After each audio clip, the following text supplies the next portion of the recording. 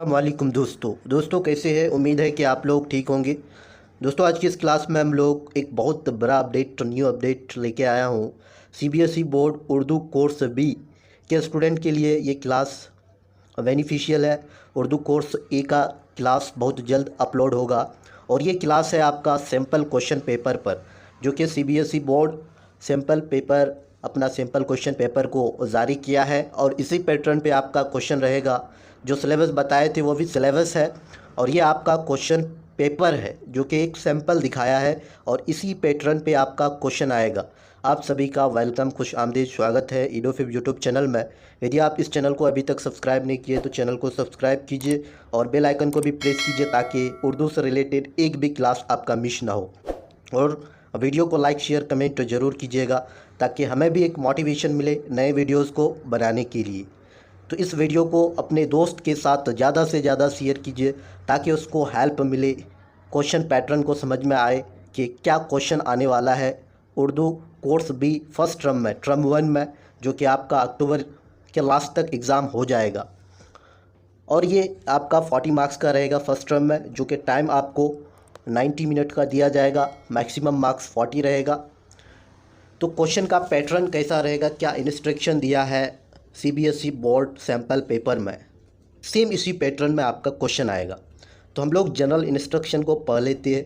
सबसे पहला जो रहेगा आपका number 1, question number 1 to 50 consist of 50 MCQ of 1 mark each. आपका 1 से 50 तक जो क्वेश्चन रहेगा वो 50 क्वेश्चन एमसीक्यू बेस्ड यानी मल्टीपल चॉइस क्वेश्चन होगा और हर एक क्वेश्चन में 1 मार्क्स रहेगा यानी 1 नंबर रहेगा। तो कितना आसान होगा हम लोग नीचे पढ़ेंगे। दूसरा आपका सेक्शन ए, 3 सेक्शन में डिवाइड किया गया है क्वेश्चन को। आपको समझ में आया कितना क्वेश्चन, 50 क्वेश्चन रहेगा जिनमें से आपको 50 एमसीक्यू मिलेगा मल्टीपल चॉइस क्वेश्चन और उसका 4 ऑप्शन रहेगा, उनमें से एक ऑप्शन को टिक आउट करना है और हर एक क्वेश्चन में 1 मार्क्स करके रहेंगे। तो क्वेश्चन का पैटर्न 3 हिस्सों में डिवाइड होगा। सेक्शन ए जिसको हिस्सा अलीफ कहते हैं, उनमें आपका 2 कंप्रीहेंशन यानी 2 कंप्रीहेंशन मीन्स 2 पैसेज होगा। ईच हैविंग 6 क्वेश्चन, हर एक पैसेज से 6 क्वेश्चन रहेगा। Which student has to attempt any 5, जिनमें से आपको 5 क्वेश्चन को ही हल करना। 6 क्वेश्चन दिया हुआ रहेगा, एक अनसीन पैसेज और एक आपका सीन पैसेज रहेगा सेक्शन ए में। तो आपको एक ही को ही सॉल्व करना है, जिनमें आपको 6 क्वेश्चन दिया हुआ जाएगा और 5 को ही आपको हल करना है, सॉल्व करना है। उसके बाद section B consist 13 question, 13 question होगा सेक्शन बी में। Student have to answer any 10 of them, जिनमें से आपको 13 क्वेश्चन को सॉल्व करना है, 13 क्वेश्चन का आंसर को देना है। 13 क्वेश्चन में से 10 क्वेश्चन को देना है। कितना, 13 दिया हुआ रहेगा, उनमें से आपको 10 को ही आंसर करना है। सेक्शन सी में आपका 25 क्वेश्चन रहेगा, जिनमें से आपको 20 क्वेश्चन का आंसर देना है। 25 क्वेश्चन रहेंगे, उनमें से आपको 20 ही देना है। सेक्शन बी में 10 ही देना है 13 में। और सेक्शन ए में 2 कंप्रीहेंशन रहेगा, 2 कंप्रीहेंशन में 6 करके क्वेश्चन रहेगा, 12 क्वेश्चन मान लो, उनमें से आपको 5 करके देना है। तो all question carry equal marks, जितना भी क्वेश्चन होगा सारे क्वेश्चन में 1 मार्क्स करके रहेगा, कोई भी नेगेटिव मार्क्स नहीं होगा।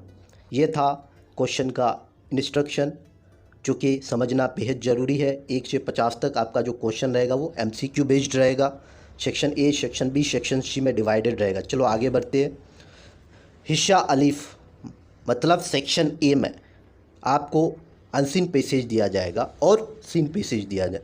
तो सबसे पहला अनसीन पैसेज दिया है हिस्सा अलीफ में, गैर दरसी इक़्तिबास कहती है उर्दू में, इंग्लिश में अनसीन पैसेज कहती है, इसे इबारत कहती है, पैसेज कहती है। तो आपको इस पैसेज को एक बार अच्छे से पढ़ना है।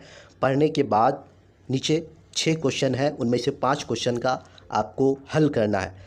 तो पढ़ते हैं। मुंदरजा झेल गैर दरसी इक़्तिबास यानी इबारत को गौर से पढ़िए और दिए गए सवालात के मुताबिल जवाबात में से सही जवाब का इंतखाब कीजिए। आपको एक सवाल देगा, उनमें से 4 ऑप्शन रहेगा, उनमें से आपको एक को चूज़ करना है जो राइट आंसर है। सिर्फ 5 सवालात के जवाब दीजिए। 6 सवाल देंगे, 5 को ही आपको जवाब देना है। तो पेशेज क्या है, इबारत क्या है, पढ़ते। एक बादशाह ग़ुलाम के साथ कश्ती में बैठा था। ग़ुलाम ने उससे पूछा, उससे पहले कभी दरिया नहीं देखा था। यानी एक बादशाह ग़ुलाम के साथ कश्ती में बैठा हुआ था। ग़ुलाम ने उससे पहले कभी दरिया नहीं देखा था, कश्ती का सफ़र भी नहीं किया था। कश्ती मीन्स हम लोग जिसको नाव कहते हैं। उसके जिस्म में कपकपी शुरू हो गई, डर के मारे उसने रोना धोना शुरू कर दिया। उसके उस रवैये पर बादशाह को तकलीफ़ हुई, यानी ग़ुलाम की इस एक्टिविटी को देखकर बादशाह को बहुत ज़्यादा तकलीफ़ हुई। उसे चुप करने के लिए कोई तदबीर समझ में नहीं आ रही थी, यानी बादशाह को उसे खामोश करने के लिए, चुप करने के लिए कोई तदबीर यानी कोई भी सॉल्यूशन नहीं आ रहा था उसके दिमाग में। उस कश्ती में एक दाना भी सवार था। उसने बादशाह से कहा कि अगर आप कहिए तो इसे चुप कर दूं। बादशाह ने कहा, बड़ी मेहरबानी होगी। उस दाना के इशारे पर मुलाजिमों ने ग़ुलाम को दरिया में फेंक दिया। क्या किया? उस दाना ने इशारे पर जो मुलाजिम थे, मुलाजिमों ने ग़ुलाम को दरिया में फेंक दिया। जब वह चंद गोते खा चुका तो उसके बालू को पकड़कर कश्ती की तरफ ले आए। उसने कश्ती के पीछे हिस्से को दोनों हाथों से पकड़ लिया और फिर कश्ती के एक कोने में दब कर बैठ गया। बादशाह को ये तदबीर बहुत पसंद आई।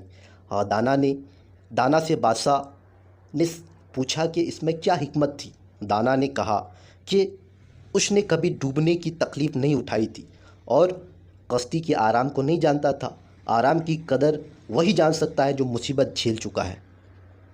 ये था पैसेज, और इस पैसेज से जुड़ी हुई आपका 6 सवाल हैं। इनमें 6 सवालों में आपको 5 को आंसर करना है। पहला सवाल है, बादशाह खाली जगह के साथ कश्ती में बैठा था। बादशाह के साथ कश्ती में कौन बैठा था? पहला ऑप्शन है ग़ुलाम, दूसरा दोस्त, सी नंबर है भाई, डी नंबर है दुश्मन। तो बादशाह के साथ तो ग़ुलाम बैठा था, हम लोग पढ़े ऊपर। उसके बाद दूसरा क्वेश्चन है, ग़ुलाम ने इससे पहले कभी ना देखा था। बादशाह के साथ जो ग़ुलाम कश्ती में बैठा था, किस में बैठा था? कश्ती में बैठा था। कश्ती कभी नहीं देखा था? नहीं। और दरिया कभी नहीं देखा था। हम लोग ऊपर पैसेज में पढ़े कि ग़ुलाम कभी भी और दरिया नहीं देखा था। यहाँ देखिए आप लोग, और दरिया कभी भी नहीं देखा था। तो इसका आंसर हो जाएगा दूसरा नंबर का बी नंबर आंसर होगा दरिया। तीसरा क्वेश्चन का होगा, लफ्ज़ हिकमत के मानी क्या है? हिकमत का मीनिंग क्या होता है? तो हिकमत का मीनिंग पहला ऑप्शन में है, ए में बेवकूफ़ी, बी में बुज़दिली, सी में हुनरमंदी, डी में अक्लमंदी। तो इसका आंसर हो जाएगा आपका अक्लमंदी। हिकमत का मतलब अक्लमंदी। तो राइट आंसर डी में क्लिक कीजिए आप लोग। फोर्थ क्वेश्चन है, बादशाह ने दाना से पूछा कि, ये ऑप्शन है, इसकी क्या ज़रूरत थी, इसमें क्या हिकमत थी, इसमें क्या जुट थी, इसमें क्या अहलियत थी। तो चौथा क्वेश्चन का आपका आंसर हो जाएगा बी, इसमें क्या हिकमत थी, बादशाह ने दाना से पूछा। पांचवा क्वेश्चन है, लफ्ज़ तकलीफ़ का मुतज़ाद, तकलीफ़ का अपोजिट क्या होता है? तकलीफ़ का अपोजिट क्या होता है, थोड़ा आप लोग दिमाग में लेके आइए। 5 नंबर का हो जाएगा आपका आराम। आराम का क्या होता है? तकलीफ़। उसके बाद 6 क्वेश्चन है, मुसन्निफ़ के ख़याल में आराम की कदर वही जान सकता है जो, ऑप्शन ए है जो आराम में रहता हो, बी में है जो मुसीबत झेल चुका हो, सी है जिसने तकलीफ़ नहीं उठाई हो, और डी है ऊपर के तीनों जवाब गलत है। तो 6 का आंसर हो जाएगा बी, यानी जो मुसीबत झेल चुका हो। उसके बाद एक शायरी सेक्शन से है, गैर दरसी इक़्तिबास, लेकिन आपको सोच समझ करके इसको भी देना है। मुंदरजा झेल गैर दरसी शायरी बंद को गौर से पढ़े और दिए गए सवालों के मुतअद्दिद जवाब में से सही जवाब का इंतखाब कीजिए। सिर्फ 5 सवाल के जवाब दीजिए, ओनली 5 का ही आपको आंसर करना है। तो हम लोग पढ़ते हैं, क्या शेर है, वतन गुलशन है रंगीन फूल हो तुम, शफीना है वतन मस्तूल हो तुम, बहुत प्यारे हो तुम मकबूल हो तुम ही से रवन्नक कौम वतन है, वतन वालों को अपना भाई जानो, मोहब्बत में तासुब की ना मानो, रहो मिलजुल के झगड़े के ना ठानो, चमन फूलों के जगमगट तक चमन है। ये है आपका अशआर। इस अशआर से जुड़ी हुई कुछ सवालात है। शायर ने नहालू को क्या कहा है, 7वां सवाल है। तो इसका आंसर हो जाएगा पहला नंबर रवन्नक के कौम वतन, इसका राइट आंसर होगा रवन्नक के कौम वतन। जैसे हम लोग पहले पढ़े, जैसे आप यहाँ देख पा रहे हैं, रवन्नक के कौम वतन। सातवां का आंसर होगा। आठवां सवाल का होगा लफ्ज गुलशन के मानी है, लफ्ज गुलशन का क्या मीनिंग होता है? तो आठवां का आंसर बी हो जाएगा बाग। गुलशन का मीनिंग क्या होता है? बाग। 9 क्वेश्चन का होगा लफ्ज मोहब्बत का मुतजाद क्या है? मुतजाद में उसका अपोजिट, तो मोहब्बत का क्या हो जाएगा? अपोजिट। 9 क्वेश्चन का आंसर हो जाएगा आपका सी नंबर। क्या हो जाएगा? सी, नफ़रत। मोहब्बत का क्या होता है? नफ़रत। 10वां क्वेश्चन है रहो मिलजुल के झगड़े की ना ठानों से शायर की क्या मुराद है? तो 10वां क्वेश्चन का आंसर हो जाएगा आपका ए वाला, आपस में मिलजुल कर रहना चाहिए। क्या करना चाहिए? आपस में मिलजुल कर रहना चाहिए। और 11वां क्वेश्चन है शायर के ख्याल में कैसे अपने भाई समझना चाहिए? किसे अपने भाई समझना चाहिए? 11वां का आंसर हो जाएगा वतन वाले को या वतन वाले को या शहर वाले को। तो इसका आंसर हो जाएगा वतन वाले को, ऊपर हम लोग पढ़ चुके। 12वां क्वेश्चन है इस नज़म के ज़रिया शायर ने तालबा यानी स्टूडेंट की नसीहत की है। 12वां क्वेश्चन का आंसर हो जाएगा आपसी एहतियात की, ये वाला आंसर। उसके बाद सेक्शन बी है, सेक्शन बी हिस्सा बी जिसको हम लोग कहते हैं, इसमें कवायद दिया हुआ है। तो कवायद को हम लोग पढ़ते हैं और क्या क्या क्वेश्चन पूछा गया हर एक क्वेश्चन का सॉल्यूशन करते हैं। अहमद ने कहानी पढ़ी, इस जुमले में ज़माना है यानी टेंस है। ऑलरेडी उर्दू ग्रामर का 8 क्लास चैनल में अपलोड हो चुका है, आप प्लेलिस्ट में जाकर के सारे क्लास को देख सकते हैं ताकि आपका बेसिक अंडरस्टैंड कंप्लीट हो जाए, सही हो जाए। और उर्दू का 4 चैप्टर ऑलरेडी हम पढ़ा चुके हैं जान पहचान बुक का, तो आप लोग चारों क्लास को अच्छे से देखिए और साथ साथ ग्रामर का क्लास ज़रूर देखिए। तो अहमद ने खत पढ़ी यानी कौन सा टेंस में हुआ? पढ़ी यानी बहुत पहले पढ़ चुकी है, तो ये हो जाएगा आपका ज़माना है माजी। 13 का क्या हो जाएगा? ज़माना है माजी इज़ द राइट आंसर, सी इसका राइट आंसर है। 14 क्वेश्चन है वह फेल जिसमें फ़ाल यानी काम करने वाला मालूम हो। और जैसे राशिद ने खाना खाया, इस जुमले में फेल की किस्म है, तो फेल के बारे में ऑलरेडी क्लास अपलोड हो चुका है। फ़ाल सब्जेक्ट को कहते हैं, यहाँ फ़ाल जो आप वर्ड देख रहे हैं इसको सब्जेक्ट कहते हैं, फेल वर्ब को कहते हैं। तो फेल की क्लास अपलोड हो चुका है, आप लोग इसको ज़रूर देखिए। तो सेंटेंस है रशीद ने खाना खाया, तो रशीद क्या है? सब्जेक्ट है, फ़ाल है, काम करने वाला है। तो इस तरह के फ़ाल को क्या कहते हैं? तो इसका आंसर हो जाएगा फेल मारूफ, राइट आंसर। 15 क्वेश्चन है हामिद, शाहिद और मोहन दिल्ली का लाल किला देखने गए, इस जुमले में कलीमा कौन है? कलीमा, आप लोग सोचिए कलीमा कौन सा है? तो इस जुमले में आपका 15 क्वेश्चन का आंसर हो जाएगा इसम मारफा डे। इसम मारफा में किसी खास इसम के बारे में, यानी दिल्ली, दिल्ली क्या है? एक ख़ास जगह है, लाल किला एक ख़ास जगह है, इसम मारफा। 16 प्रेमचंद का असल नाम था, प्रेमचंद का असल नाम क्या है? धनपत राय इज़ द राइट आंसर। 16 का बी, धनपत राय। हम लोग इससे पहले क्लास बना चुके हैं। कौल का पास मुसन्निफ़ है मुंशी प्रेमचंद, जिसे हम लोग धनपत राय के नाम से भी जानते हैं। 17 क्वेश्चन है मीर तकी मीर पैदा हुए, कहाँ पैदा हुए थे? मीर तकी मीर। 17 क्वेश्चन का आंसर हो जाएगा आपका दिल्ली। मीर तकी मीर दिल्ली में पैदा हुए थे। उसके बाद 18 क्वेश्चन शबक बेतकल्लुफ़ी के मुसन्निफ़ का नाम क्या है? कन्हैया लाल कपूर, हम लोग पढ़ चुके हैं। 19 क्वेश्चन है लफ्ज़ हस्ती के मानी है, 19 क्वेश्चन में लफ्ज़ हस्ती के मानी है हयात, इसके बारे में हम लोग पढ़ेंगे। ये एक गज़ल है, रुबाई है, आई हयात लाई कज़ा ले चली चले, पढ़ेंगे हम लोग, उर्दू किताब में है। दूसरा 20 क्वेश्चन में है इसमें से कौन सा लफ्ज़ इसम आम है? आम, घोड़ा, अकबर, रघुपर, तो मेरठ। तो आपका आंसर हो जाएगा 20 का इसम आम मीन्स आम चीज़, आम चीज़ों के बारे में जो बता रहा है। अकबर क्या है? अकबर बहुत सारे होंगे। घोड़ा एक आम चीज़ है, रघुपत आम चीज़ है, या मेरठ आम चीज़ है? तो मेरठ तो एक ख़ास जगह का नाम है। और रघुपत सिंह के बारे में आप लोग सुने होंगे। और घोड़ा, घोड़ा भी क्या है? तो इसमें आपका आंसर बी होना चाहिए या ए होना चाहिए, तो आप लोग इसका कमेंट करके ज़रूर बताइए। घोड़ा होना चाहिए इसका राइट आंसर। 21 रुबाई में मिसरे होते हैं, रुबाई में कितने मिसरे होते हैं? रुबाई में 4 मिसरे होते हैं, तो इसका आंसर हो जाएगा सी 22 क्वेश्चन है, जोक का असल नाम था, जोक का असल नाम था शेख मोहम्मद इब्राहिम जॉक। 22 का आंसर हो जाएगा सी हो जाएगा, शेख मोहम्मद नसीर। क्या नाम है? शेख मोहम्मद नसीर। 23 का नज़ीर अकबर आबादी का नाम था, नज़ीर अकबर आबादी का असल नाम है वली मोहम्मद। 24 खुदाए शुक्न के नाम से याद किया जाता है, किस शायर को? मीर तकी मीर को खुदाए शुक्न के नाम से जाना जाता है। लफ्ज़ फ़तेह का मुतज़ाद क्या होता है? मुतज़ाद में इसका अपोजिट, फ़तेह का क्या हो जाएगा? शिकस्त। 25 का बी। उसके बाद हो जाएगा आपका 26 रघुपत, यानी रघुपति सिंह को पकड़ने के लिए बादशाह ने बहुत सी फौज भेजी थी, और रघुपत सिंह को पकड़ने के लिए अकबर बादशाह ने, 26 का ए होगा, अकबर बादशाह ने बहुत सारी फौज भेजी थी। कौन का पास हम लोग पढ़ चुके हैं, इससे पहला लेक्चर अपलोड हो चुका है, आप लोग ज़रूर देखिए। कुछ देर नहीं अंधेर नहीं, इंसाफ और मिश्रा पूरा कीजिए। 27 का हो जाएगा आपका ए नंबर, अदल परस्ती है। कुछ देर नहीं अंधेर नहीं, इंसाफ और अदल परस्ती है। 28 का हो जाएगा अदल परस्ती के मानी है। 28 का आंसर हो जाएगा आपका बी, इंसाफ परस्ती। 29 क्वेश्चन में है, महावरा जैसी करनी वैसी भरनी के मानी क्या है? राइट आंसर इसका होगा, जैसा करोगे वैसा बदले में मिलेगा। 30 क्वेश्चन है, रास्तों का सरदार अपने बच्चों को लेकर किस जंगल में जा छुपा?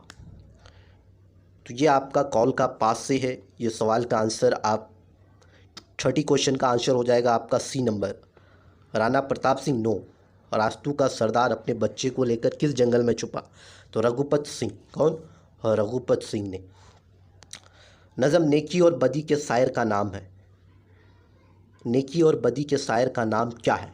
तो नेकी और बदी के शायर का नाम है नज़ीर अकबर आबादी। 31 का हो जाएगा आपका ए।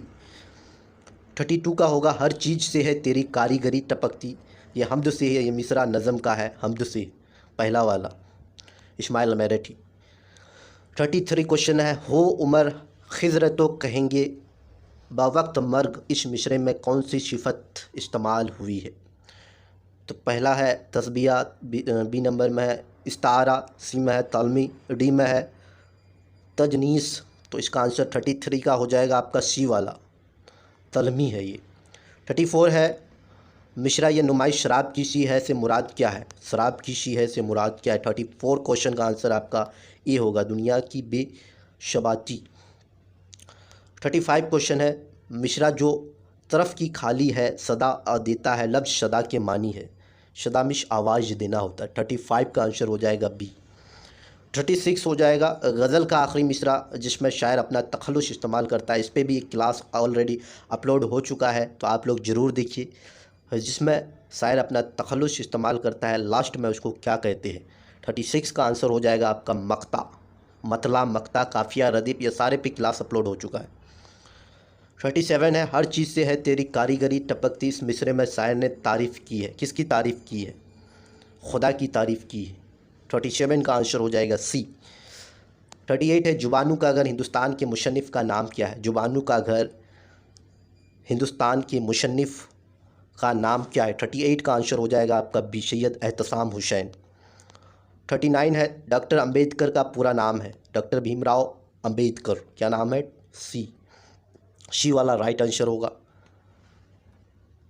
39 का आपका भीमराव अंबेडकर, भीमराव शेखपाल नाम है इसका, भीमराव शेखपाल, राइट आंसर। 40 का होगा, कन्हैया लाल कपूर कहाँ पैदा हुए थे? 40 का आंसर हो जाएगा आपका बी, लाहौर में, लाहौर से ये हिंदुस्तान आए थे जब इंडिया डिवाइड हुआ था। मुग़ल ख़ानदान का मशहूर बादशाह का नाम है अकबर। 41 का। 42 का है, लफ्ज़ आलूदगी के मानी है, आलूदगी का मीनिंग क्या होता है? गंदगी, मिलावट। 42 का आंसर हो जाएगा गंदगी। 43 है, आलूदा पानी को पीने के कबल बना दिया जाता है, कब? 43 का आंसर हो जाएगा आपका ए, उबाल कर, उबाल कर, छान कर। 43 का क्या होगा? छान कर, कुदरती तौर पर। तीनों जवाब गलत है। आलूदा पानी को थोड़ा अगर उसमें आलूदा है तो उसको हम लोग उबाल कर भी कर सकते हैं या छान कर भी कर सकते हैं, तो इसका आंसर तो यहाँ सटीक नहीं है, लेकिन उबाल कर होना चाहिए।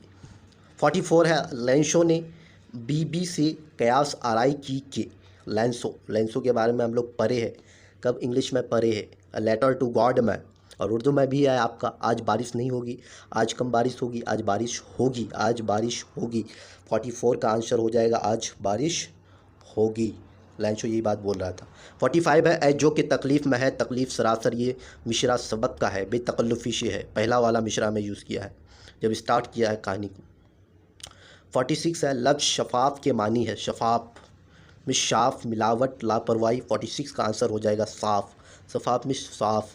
47 उत्तर भारत में बोली जाती है, उत्तर भारत में कौन सा बोली बोली जाती है? 47 का हो जाएगा आपका आर्याई। 48 का हो जाएगा का पानी कुदरती तौर पर साफ़ होता है, बारिश का पानी, दरिया का पानी और झरने का पानी। 48 का आंसर बारिश का पानी कुदरती तौर पर साफ़ होता है। 49 समाज में बाइज़्ज़ती ज़िंदगी गुजारने के लिए ज़रूरी है तालीम। 50 क्वेश्चन है उर्दू का जन्म हुआ था, कहाँ हुआ था उर्दू का जन्म? हिंदुस्तान में। तो ये था आपका 50 क्वेश्चन का सॉल्यूशन आंसर, साथ साथ आपका पैटर्न जो कि आपका एग्ज़ाम में आने वाले हैं फर्स्ट टर्म एग्ज़ाम में, और आप लोग इसी पैटर्न को फॉलो कीजिए, सेम इसी पैटर्न में आपका क्वेश्चन पूछा जाएगा।